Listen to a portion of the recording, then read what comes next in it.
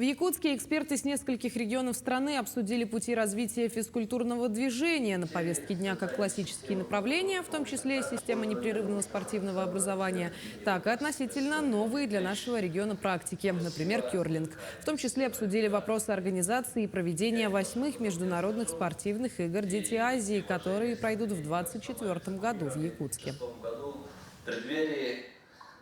Приехали наши коллеги, это директора училища Олимпийского резерва. Также сегодня во время научно-практической конференции через видеоконференц-связь участвовали с департамента образования Министерства спорта Курилищи, училища Олимпийского резерва.